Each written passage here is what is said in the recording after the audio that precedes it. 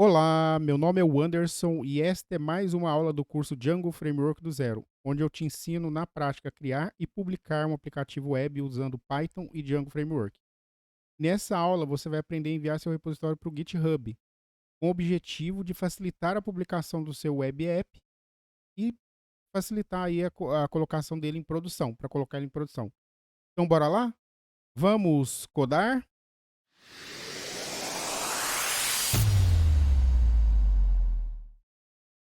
Então, pessoal, estamos aí nessa saga aí, né, das aulas. A gente está na 39ª aula do nosso curso aí de Django Framework do Zero.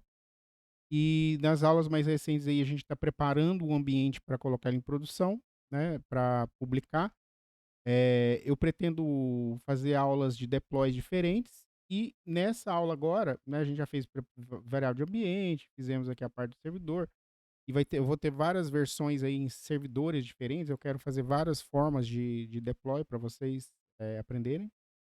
E porque, como eu disse na aula anterior, é uma questão eh, muito delicada essa parte, né? Que a gente começa a aprender a desenvolver, mas às vezes não sabe colocar em produção, né? É uma deficiência que eu já observei em muitos dos meus alunos, né? Ele faz tudo ali, faz acontece. Aí na hora H, e agora, né? E agora o que eu faço? Como que eu publico? Como que eu faço para colocar o negócio em ação?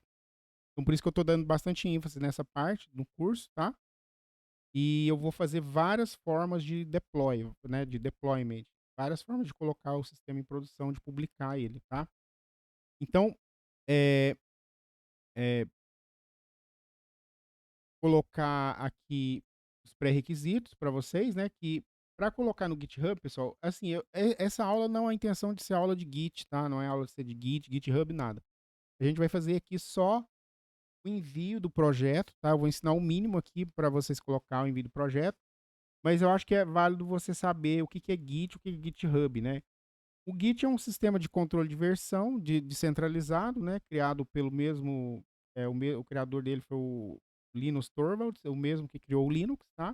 Ele criou justamente a ferramenta mais usada, mais poderosa que tem atualmente para controle de versão, para usar no Linux. O Linux precisava disso, não tinha uma ferramenta open source ali para isso, ele criou o Git. Então o Git serve para você controlar a versão e o Git é uma coisa à parte, né? É a base do GitHub. O GitHub basicamente é um serviço de hospedagem. Como o GitHub tem vários outros, tem Bitbucket, tem GitLab, tem vários que tem o Git por trás ali para você fazer hospedagem de projetos, de códigos, né? Controle de códigos. E no caso a gente vai usar o GitHub. Então você precisa ter uma conta no GitHub, você tem que acessar lá o github.com, né, e criar uma conta. Eh, Aí essa conta sua você vai acessar lá o Hub, né, github.com, criar uma conta ali, e aí porque você vai precisar de um repositório, né, então vai precisar de um repositório. Aqui eu criei uma organização para separar aqui, né, no meus repositórios ali, é para ficar separado do canal, para o canal, e você vai ter que ter essa conta. Basicamente, você tem que ter essa conta. Outra coisa que você tem que ter é o Git instalado no seu computador. A gente já está usando o VS Code. Talvez você já tenha o Git instalado. Se você não tiver o Git, a instalação do Git é muito simples, né? Você vai lá no Git, né? Git download aqui, ó, pega, vai lá na página oficial do Git, né? Do Git SCM Source Control Management, né? Esse SCM aqui, por isso que é Git SCM do inglês aqui, né? Que é o sistema de controle de versão distribuído e descentralizado, né? Distribuído e descentralizado, é muito poderoso.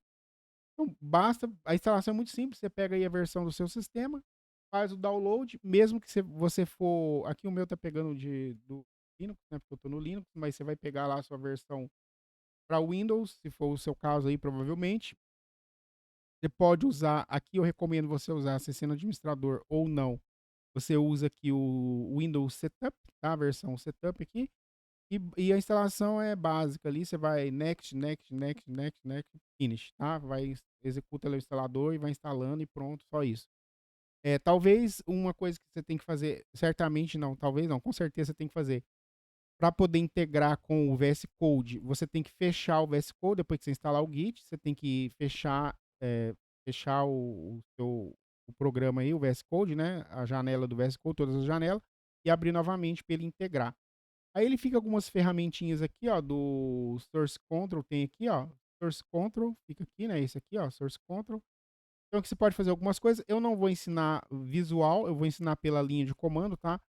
E quando a gente ensina visual, você fica preso à ferramenta visual. E na linha de comando, em qualquer computador que você tiver, tendo ali o editor, seu editor de código, seu ambiente de desenvolvimento, tendo ou não ali, você consegue executar, porque o Git é uma coisa à parte. Ele tem umas facilidades aqui na hora que ele se integra, mas a ideia não é você ficar preso a isso. Então vamos lá, ó. Então, feito isso, você tendo os pré-requisitos aí, a conta Git e o Git instalado, você pode começar, a gente vai começar aqui fazendo a inicialização do repositório. Como é que a gente faz para inicializar um repositório Git, tá? Porque você pode usar o Git independente do GitHub, tá? Para controlar seus projetos aí locais, controlar as versões e tudo mais. Eu já uso bastante sempre quando eu começo um projeto novo, um projeto atual, eu uso bastante o Git, né? Eu usava até outros antigamente, mais antigo eu usava outros. Antes de ter o Git, eu usava outros controles de versão, outros sistemas de controle de versão. Então vamos lá, como é que você faz? Ó, você vai estar dentro da sua pasta do projeto, aqui não tem obrigação de estar o venv ativado nem nada. Você tem que, já com o Git instalado, você vem aqui, ó, digita git init, tá? Que é para você inicializar o repositório o Git. Você deu um enter aqui, ó, ele vai inicializar.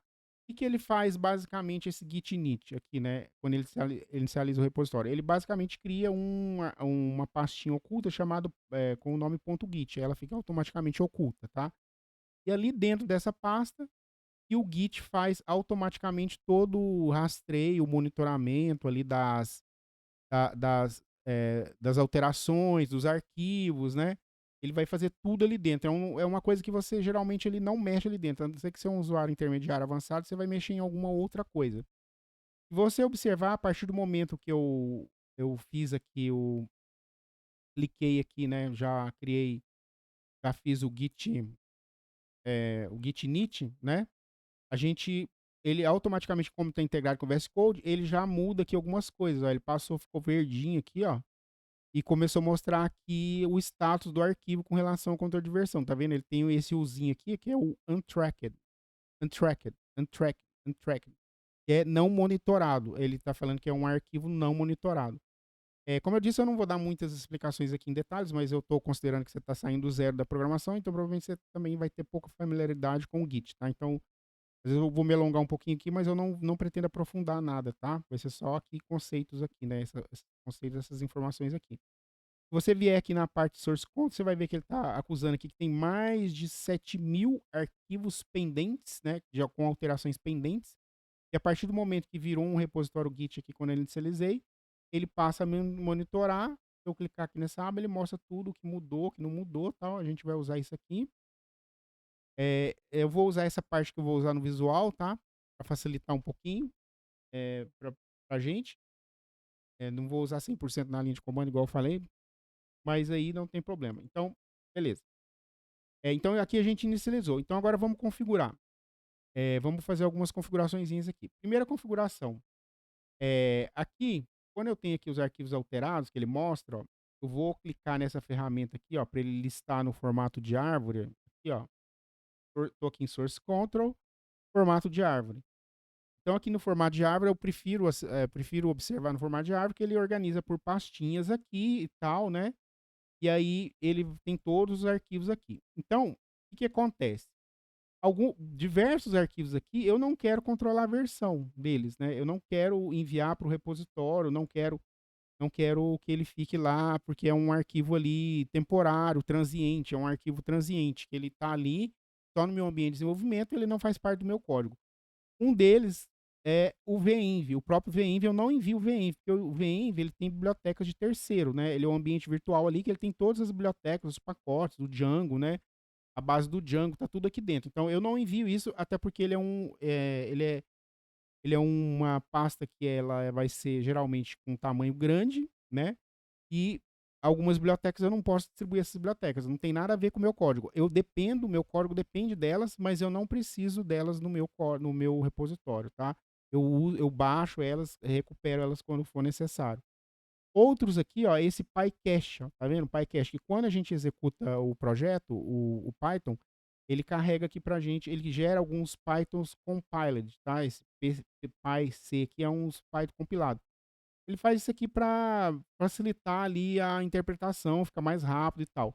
Isso aqui é coisa também que a gente não precisa, que são arquivos transientes também, são arquivos temporários aqui que são gerados sob demanda aqui, runtime, na hora que você precisa deles, tá? Então isso aqui a gente não manda, tá? E outras coisas mais aqui que a gente não coloca, tipo o venv, o próprio venv, como eu já falei na aula anterior, né? São as partes ali, são as credenciais e tal, você não coloca. O que você pode colocar aqui, geralmente, venv example, né? Um exemplo do venv, tá? Então vamos lá, continuando a configuração aqui. Vou configurar aqui primeiro, depois eu continuo aqui. Aqui, né? Configurar aqui. Como é que eu faço para mim poder não enviar esses arquivos automaticamente? Ó, são mais de 7 mil arquivos, tá? E a maioria deles estão aqui dentro, ó, do venv. Como que eu faço? Eu crio aqui, ó, vou voltar aqui para a ferramenta de Explorer. Eu vou criar aqui dentro um arquivo novo, tá? Um arquivo novo chamado .gitignore. Tá? Vou criar um gitignore. Esse gitignore é um padrão do Git aqui para mim poder criar uma lista de arquivos que eu não quero que ele monitore, tá? Eu não quero, para mim não serve. Então, por exemplo, aqui eu vou ignorar o venv, aqui eu vou colocar assim, asterisco, asterisco, é um padrão aqui dele aqui, barra venv. Esse padrão aqui ele vai servir para eu falar que é recursivo. Então, qualquer venv que tenha, qualquer pasta venv que tenha dentro do meu projeto ali em outros níveis, ele também vai ignorar. Quer ver? Eu vou salvar, o Ctrl S, você já vai ver que vai mudar aqui, ó. Salvou, olha lá, caiu para 230 arquivos, olha aqui, ó. Se você está observando bem minha tela, caiu para 230 arquivos. Ele já ignorou, tá? Automaticamente o Git trabalha com o Git ignora, automaticamente se tem o Git ignore, ele ignora. O outro que a gente quer ignorar é aquela pastinha lá, PyCache. PyCache? Não, pera lá. Criando aqui. Ele colocou um T aqui, não sei por Copilot. É PyCache. Vou salvar, ó, você vai ver que vai diminuir mais ainda. Olha, ó, caiu para 199 arquivos, tá? E eu poderia ignorar outros aqui também, ó. Por exemplo, geralmente eu não quero venv, tá? Venv. Eu ignoro também. Tá? Então ele não tem chance de mandar meu venv aqui, ele vai estar ignorando. Oh, desculpa, venv não, o env, né? O env, pronto. Ó, tá vendo? Já excluiu aqui, foi para 98. Beleza. Outros aqui eu poderia ignorar ou não, mas eu vou deixar aqui alguns que a gente usou, tá? E aí, feito isso, eu tenho aqui 198 arquivos. Então, beleza, aqui eu já estou ignorando tudo. Então, vou voltar aqui para o meu Source Control, né? Vou voltar aqui para o Source Control para mim colocar aqui, adicionar, fazer o meu primeiro commit. Deixa eu ver aqui, acho que eu estou, na verdade... Não, aqui eu estou atravessando aqui meu roteiro, aqui, meus passos. Eu não vou fazer isso, não. Eu vou terminar de configurar o repositório, tá? Então, como é que eu vou fazer aqui para terminar de configurar o repositório? Primeira coisa que eu tenho que fazer aqui, quer dizer, outra coisa que eu tenho que fazer depois de inicializar, é vincular a esse repositório uma identidade, tá? Porque quando eu salvar a alteração, ele fica com quando eu salvar, der um commit aqui, né, que vai ser o conceito de salvar uma alteração, salvei as alterações que eu fiz o trabalho ali, salvei. Ele cria um ponto de ele cria um ponto de restauração, né, ou de navegação na timeline, tá? Na linha do tempo. Então, quando eu salvo ali, naquele momento que eu salvei, eu posso retroceder aquela versão anterior ali, alterar, voltar nela, desfazer coisas que eu fiz. E toda vez que eu faço isso, né, eu crio esse ponto ali na linha do tempo, né, eu marco isso através de um commit, eu salvo ele, isso fica vinculado a um autor, a quem fez aquilo, tá? Ele dá um carimbo do tempo ali, registra quais eram os arquivos que estavam, como estava naquele momento, e tem que ter um autor. Esse autor é através da identidade que você configura aqui. Você tem que configurar a identidade do Git. A identidade para o Git, para quando você der o commit, ele vai pegar a sua identidade. Se você der um commit aí, talvez ele vai tentar salvar, vai pegar o usuário do computador aí, o Windows, alguma coisa, vai tentar pegar root aqui, ou o meu nome aqui e tal. Ele vai tentar fazer alguma coisa do tipo. Só que geralmente a gente não quer isso porque a gente quer vincular isso com uma identidade que a gente tem o controle e que a gente vai usar depois junto com o GitHub. E através dessa credencial ali, dessa informação, né, de usuário, de autor, que o GitHub vai identificar quem é você, tá? Na hora que você estiver enviando ali, na hora que você estiver enviando. Então, como é que a gente faz aqui para criar esse vínculo? Ó? A gente usa o próprio comando do Git, tem uma opção que chama config, e a gente vai configurar duas chaves aqui. User.mail, ó, e aí você vai colocar aqui o seu e-mail que é vinculado à sua conta do GitHub, tá? Isso aqui é muito importante. O GitHub você pode ter várias contas de e-mail, tá?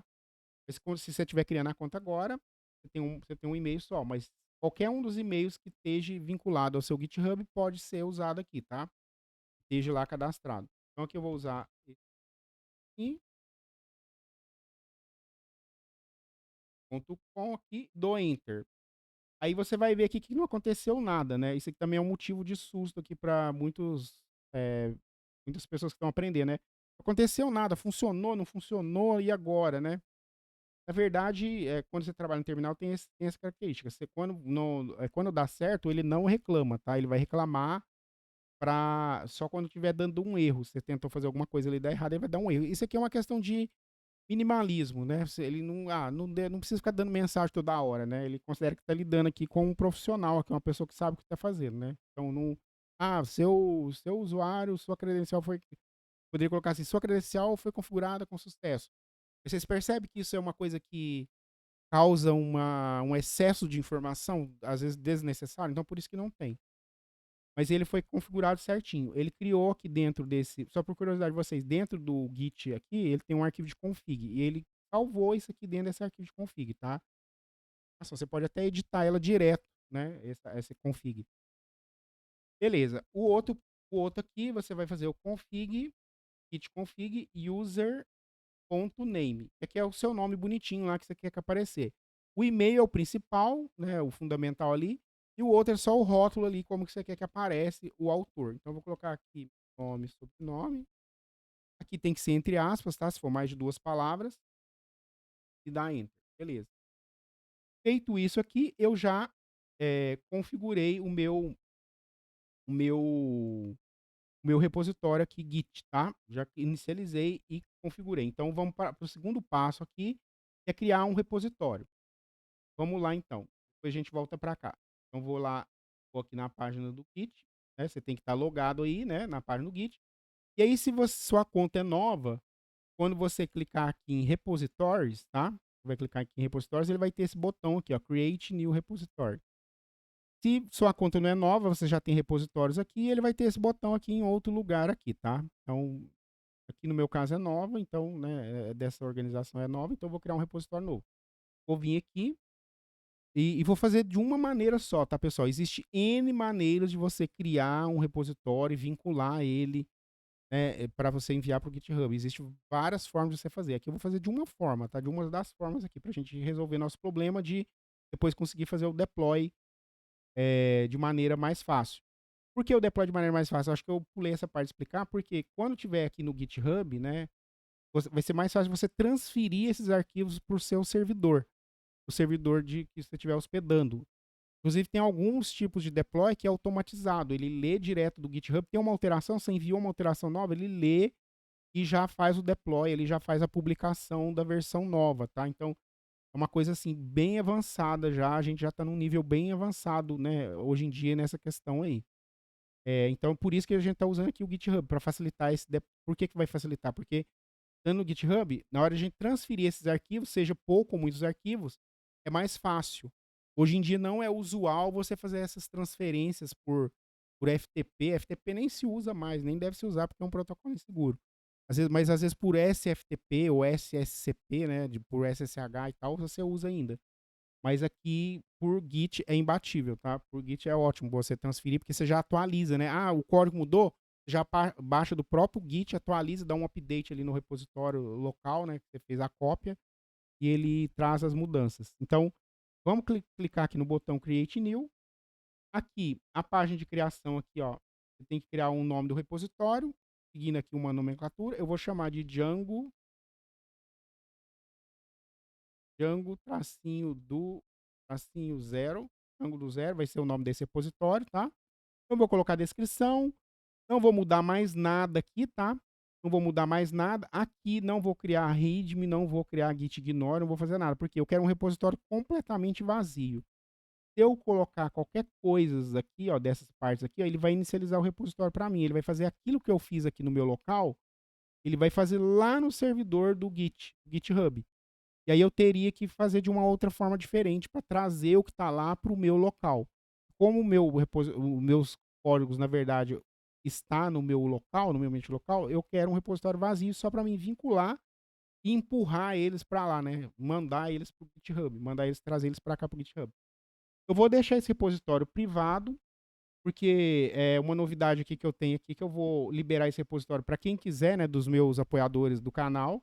Se você quiser ser um apoiador, aí no primeiro link, na descrição, aí no primeiro link, no primeiro comentário, tem como que faz para apoiar. Tem alguns benefícios ali que eu estou oferecendo, né, para os apoiadores, poucas coisas, mas é só uma maneira, um gesto assim de você dar um ok que você está gostando, né, também é legal, né? E aí, como mais um benefício, eu vou liberar o repositório para os meus apoiadores, para quem quiser é, conferir, né, verificar, fazer um clone, fazer alguma coisa do tipo, tá? Então, aqui você vai criar o seu, né? Aí você vai ter o seu aí, que você está fazendo as aulas e tal, você não vai ter problema para deploy, tá? Sendo que para você fazer o deploy aí, você tem que ter a maioria das aulas feitas, tá? Para você conseguir fazer o deploy aí, principalmente as variáveis de ambiente, essas aulas mais recentes, tá? Vai ter dependências ali. Então, aconselho você ir lá na playlist do canal e fazer as próximas aulas e tal. Tire suas dúvidas aí também nos comentários, tá? Eu vou vir aqui, ó, e terminar as explicações aqui. Um repositório totalmente vazio. Create new repositório. Beleza. Feito isso, é, eu tenho aqui as instruções, né, do quando é um repositório vazio. Ele me mostra aqui, o GitHub mostra as instruções de como eu posso fazer para mim inicializar, popular esse repositório vazio. Como que eu faço para inicializar ele aqui? Então, eu vou usar aqui esta estratégia aqui do remoto, porque, ó, tá vendo? Ó, push, né? Envie um repositório existente da linha de comando. Aqui é quando você quer criar um do zero. Na verdade, a gente já criou lá, inicializou, né? O que falta pra gente lá é criar o nosso primeiro commit, tá? Para ele ficar, tá vendo? Porque o nosso caso aqui é a mescla desse com esse, tá? É um caso mesclado. A gente já tem o repositório, já não demos o commit ainda, mas já inicializamos o repositório. E aqui a gente vai vincular ele ao repositório remoto, né? Ao GitHub. Então, aqui também uma coisa que importante notar aqui, ó, que tem duas formas de você se conectar, por HTTPS ou por SSH, tá? Eu recomendo você fazer por HTTPS, porque por SSH você tem que criar uma chave pública e privada, é uma outra coisa aí. Se você tiver conhecimento, ótimo. Eu até recomendo que você aprenda a fazer. Porque aí, por HTTPS, o que vai acontecer? Na hora que você tentar dar o seu commit ali, na hora que você der, na verdade, na hora que você for sincronizar, né, dar o seu push para enviar os dados, ele vai pedir para você logar, né, na conta. Mas vamos ver isso aqui mais à frente aqui. Aí eu explico outros detalhes aqui. Então vamos lá. Vamos voltar lá. Então a gente acabou de concluir aqui a etapa 2 de criar o repositório. Agora a gente vai criar, vamos executar aqui o primeiro commit, tá? Para executar o primeiro commit, eu tenho que vir aqui na parte de Source Control e adicionar os arquivos. Eu vou diminuir o zoom um pouquinho. Tem que adicionar os arquivos que eu quero que entre nesse commit. Então, como eu expliquei, o commit uma é um momento ali, é um carimbo do tempo, aqueles arquivos específicos ali que você acabou de mudar, de criar, de alterar e tal, com o seu com a sua identidade, tá? Então é um carimbo do tempo ali na timeline. É um tempo, é uma marcação no tempo que você pode retroceder ele depois lá e ver o que aconteceu e tal. Então você não perde nada que tá ali, né? Uma vez que você salvou o commit, tá salvo. Tá? Se tiver salvo, inclusive no GitHub, tá salvo ali quase que para sempre, né? Aquela mudança ali, você pode voltar ela ali dali 5 anos, dali 10 anos e ver o que foi que aconteceu, né? Reverter, descobrir tudo. Você tem todo o histórico, tá? No controle de versão. Isso é muito poderoso. Então, o que, que eu vou fazer aqui? Ó? Aqui no meu Source Control, eu já mudei aqui para visão em árvore. E aqui eu vou adicionar por pastas, tá? Eu vou coisar pastas aqui, ó. Vou adicionar por pastas. Então, aqui tem as alterações que ele lista aqui para mim. Eu vou começar alterando, adicionando a pasta. Por exemplo, a pasta que é meu Web App Accounts, eu vou adicionar ela inteira. Então, eu venho aqui, ó, nesse maisinho e vou mandar ela para a área de stage. Aqui é outro conceito aqui do Git, tá? Área de stage. Staged chances. Essa área de stage é uma área intermediária ali, que significa que se eu der um commit agora, se eu der um commit exatamente agora, isso aqui vai ser salvo no meu commit. É o que está na área de stage. Todo o resto que está só como mudanças, ele não vai para a área de stage. Quer dizer, ele não vai ser salvo com aquele carimbo do tempo que eu falei para vocês. Se você observar aqui, ó, uma vez que eu adicionei ele na área de stage, ele muda o status dele aqui, ó. Ele fica com um azinho aqui de added, né? De adicionado. Então ele significa que ele está preparado para ser salvo nesse o próximo commit, tá? Então beleza, eu venho aqui e agora eu vou adicionar também o meu pools, vou adicionar tudo que tem dentro de pools, tá vendo lá tudo que as aulas que a gente fez, as migrations, a base aqui, o código da view, dos models. Vou adicionar a pastinha inteira, tá? Aqui, ó. A pastinha vai inteira também, subiu aqui para a área de stage.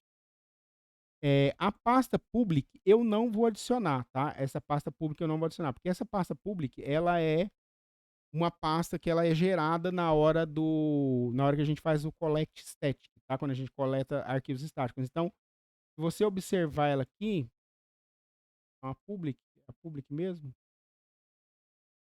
Ah, tá. É isso mesmo, é a public. Por você observar aqui, ó, tem admin aqui, ó, tem uma parte do admin, da área de admin, tem negócio aqui, vendor, select 2, a gente não mexeu com nada disso. Na verdade, a gente mexeu, mas isso é da área de mim, tá vendo? Geralmente fica aqui, ó, por contexto dentro de public, fica por contexto aqui de web app. Então eu não adiciono ela porque ela é criada na hora que eu faço o collect set. Então ela não vai, tá? Poderia colocar ela até no ignore. Mas a estática vai. A estática é os meus arquivos, né? O meu 5i, com o meu CSS, o que eu fiz ali, o que eu editei, o meu JavaScript, as coisas ali, os meus assets, né? Que faz parte do meu projeto mesmo. E elas vão ser criadas na public também quando eu der o collect static. Tá? Isso aqui, quando a gente fizer o deploy, a gente vai passar por isso. Então eu vou adicionar a static, vou adicionar pro stage, né? Para ir pro commit, os templates, todos os templates, né? Que a gente criou, ó. Não é pouca coisa, né? A gente tá na 39ª aula, pessoal. Isso aqui a gente criou tudo zero, não existia nada disso aqui, tá?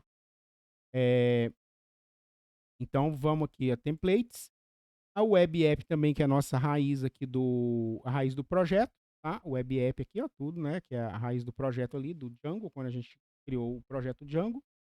Vou adicionar ela. Outro que eu vou adicionar aqui é o próprio Git Ignore, porque se eu quero que ele continue tendo o efeito dele em todas as cópias que eu tiver do projeto, eu tenho que ter ele aqui, né? Tem que adicionar ele no projeto também, o Git Ignore. Outra coisa aqui que eu tenho que é importante aqui é o management, aqui, ó, que é justamente quando eu dar o Python Run Management, que é esse aqui que ele roda, né? Esse aqui é do próprio Django.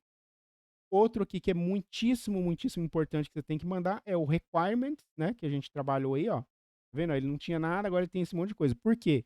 Na hora que eu colocar em produção, fizer o deploy, ele vai precisar reinstalar essas bibliotecas. Para eu garantir que meu sistema vai funcionar lá no servidor, eu tenho que reinstalar estas bibliotecas aqui. Como que eu sei quais bibliotecas? Eu sei através do requirements. Então, é um requisito do meu projeto. Então, eu tenho que adicionar ele no meu controle de versão aqui no meu repositório. Beleza. Última coisa que eu vou adicionar aqui vai ser o DB SQLite. Eu vou adicionar o banco de dados aqui, como ele é um arquivo, eu vou adicionar porque na hora que a gente fizer o deploy, a gente vai fazer o deploy, alguns deploys, algumas variações, e a gente já pode ter o banco de dados zerinho. Apesar de que ele sempre, zerinho nem tanto, né? Na verdade que ele já tem dados, né? Já tem aqueles dados. Se você não quiser ficar importando, recriando, você pode manter o SQLite ali, o banco de dados ali, desde que você não tenha dados sensíveis, tá? No seu repositório. Aqui eu vou manter, eu vou enviar ele sim, para ter ele ali, para ter um início mais rápido ali, para não ter que ficar recadastrando ou importando, né? A gente tem aulas de importação ali e tal. E esses outros aqui eu não vou mandar, tá? Esses aqui são dados, considerando como seus dados sensíveis, esse aqui seria tratado de uma outra forma. Aí depende de cada caso. Tá, então feito isso, a gente tem aqui estamos aqui na parte 3 aqui, né, criando o commit, então eu vou dar o commit por aqui mesmo, tá. Então eu venho aqui, ó, e vou colocar aqui uma mensagem, vou colocar o first commit, é o commit primeiro commit aqui mesmo, que é do que a gente está executando, e vou clicar nesse botão azul aqui, ó, do commit. Feito isso, ele já salvou, criou aquele carimbo do tempo. Eu tenho um Git History aqui, ó, uma extensãozinha, ele serve para me mostrar aqui, ó, o log, tá? Mas você não precisa disso. Você pode vir aqui no próprio terminal e executar aqui um git log. Aí ele vai listar aqui para mim, ó. O first commit, tá vendo? É o carimbo do tempo. Tem o autor, que ele pegou lá das credenciais. Ele tem esse hash aqui, que é o identificador único do commit, que nunca vai dar conflito ali, nunca vai dar conflito, é improvável de dar conflito, né, com outros, com outras coisas, tá? É impossível de dar conflito ali. Então, cada commit que você dá vai ter esse identificador único, tá? E ele é igual eu falei, ele funciona como um carimbo do tempo. Tem data, hora ali. Ele gerencia isso tudo naquela pastinha aqui, ó. Quais arquivos que mudou, ele cria uma versãozinha, junta tudo ali em pacote e ele gerencia isso tudo pra gente, tá? Ele faz isso ali automaticamente. Beleza, feito isso, a gente já tem aqui o primeiro commit. Agora a gente vai vincular o repositório local do Git, vincular esse repositório local ao GitHub, ao remoto, tá? Que é lá o repositório remoto, e sincronizar. Como é que a gente vai fazer isso? Vamos voltar lá no nosso GitHub e pegar aqui o comando, ó.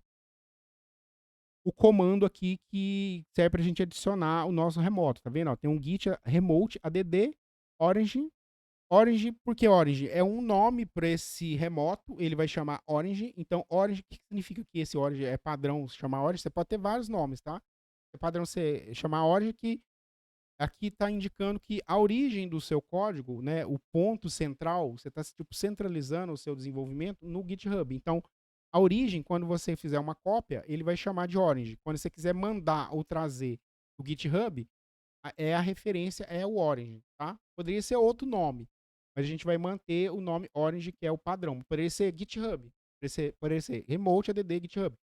Porque o Git, como ele é distribuído, você pode estar vinculado, você pode vincular vários repositórios de terceiros no seu projeto, tá? Uma coisa mais avançada aí, tá, pessoal? Desculpa aí estar entrando nesse aqui. Então vamos lá, eu copiei lá, colei, vou colar aqui, ó. Então ele tem lá o Git, Remote, ADD, Orange e o caminho para o meu repositório remoto. Vou fazer isso. Feito isso, não deu problema nenhum aqui, significa que já está vinculado. E aí eu vou complementar aqui com esses comandos aqui, que é criar a minha branch principal, tá? Vou criar uma branch principal, que é uma ramificação principal.